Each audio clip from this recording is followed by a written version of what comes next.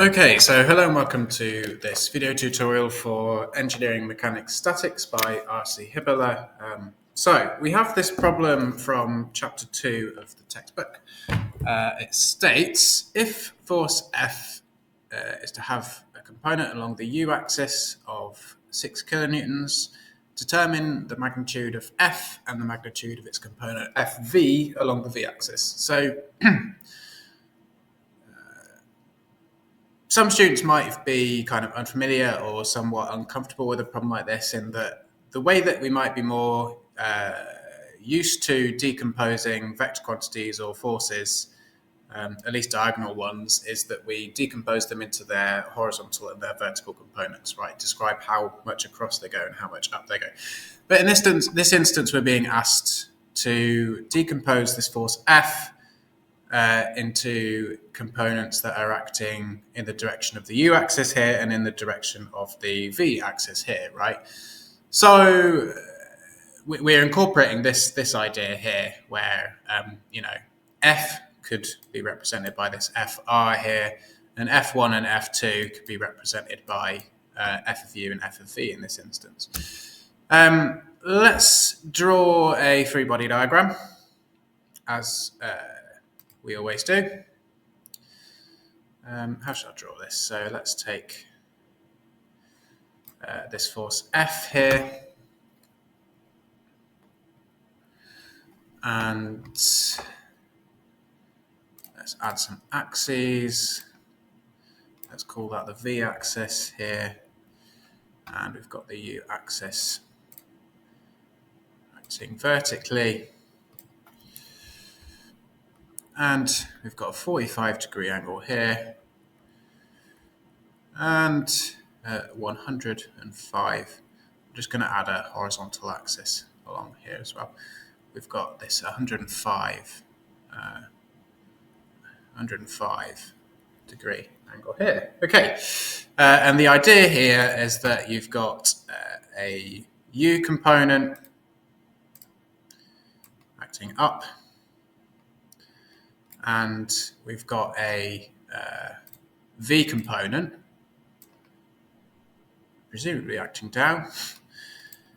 And the idea here is that if you take this F of U component and this F of V component, that when you add them together, you get this force F here, right? So what we can effectively do, just to help us understand this problem, we can take this F of V here. Let me try lasso that again.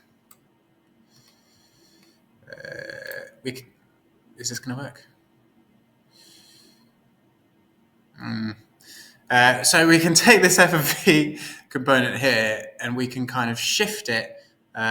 Had I drawn this to scale, then the ends would meet here, right? And we would have a triangle. Okay, a very simple triangle like that. Let's just delete that. Okay, now let's pick up this triangle from our free body diagram. A very messy free body diagram here. Let's copy paste.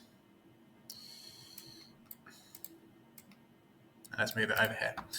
So we could say then, let's try that again. Sorry about this. Right, let's try that again. Copy.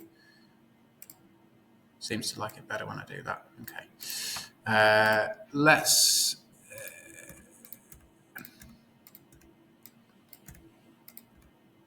Let's kind of draw this in a way that maybe makes more sense. So I'm just going to label this side FU, this side FV. Okay.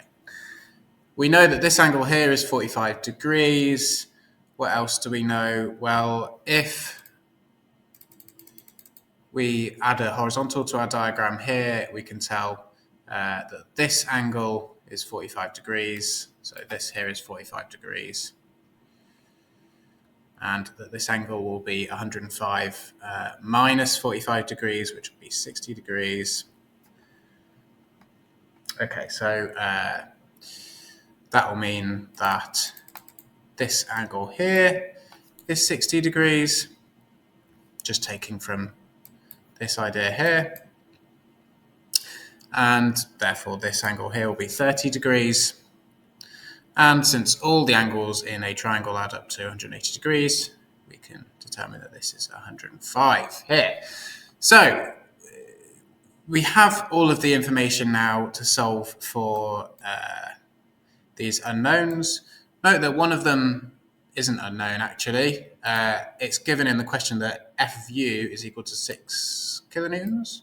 So let's just write 6 in there. But we don't know F and we don't know F of V. So to solve for F and V here, we can make use of a mathematical idea or a mathematical tool that some of you guys might be familiar with already, which is this sine rule idea here. So if I am to take any triangle I like and label up the sides A, B, C, where A, B, and C are lowercase for the sides, and then label the angles opposite to those sides with the corresponding letter just uppercase, we find that the sine of angle A over A is equal to the sine of B over B, and so on. Okay, and naturally we can take the reciprocal of each side of that equation. You can flip it upside down if you like to. Okay. So then we could say, using the sine rule, that 6 over 100 sine 105 degrees is equal to F over sine of 30 degrees is equal to F of V sine 45 degrees. Amazing. So using this, we can say that F, therefore F, is equal to sine of 30 times 6 over sine 105, which we find is equal to, let me just check my notes here, 3.11 kilonewtons. And F of V, if we multiply both sides by sine 45, we get sine 45 times 6 over sine 105. Apologies for my handwriting. And this gives us 4.39 kilonewtons. Okay, let's just check the question again. Determine the magnitude of F and the magnitude of its component FV along the v-axis. There we go. So these are the solutions to our problem here. If you have any questions or comments about this problem, please feel free to leave them in the comment section down below. Otherwise, thank you very much for watching.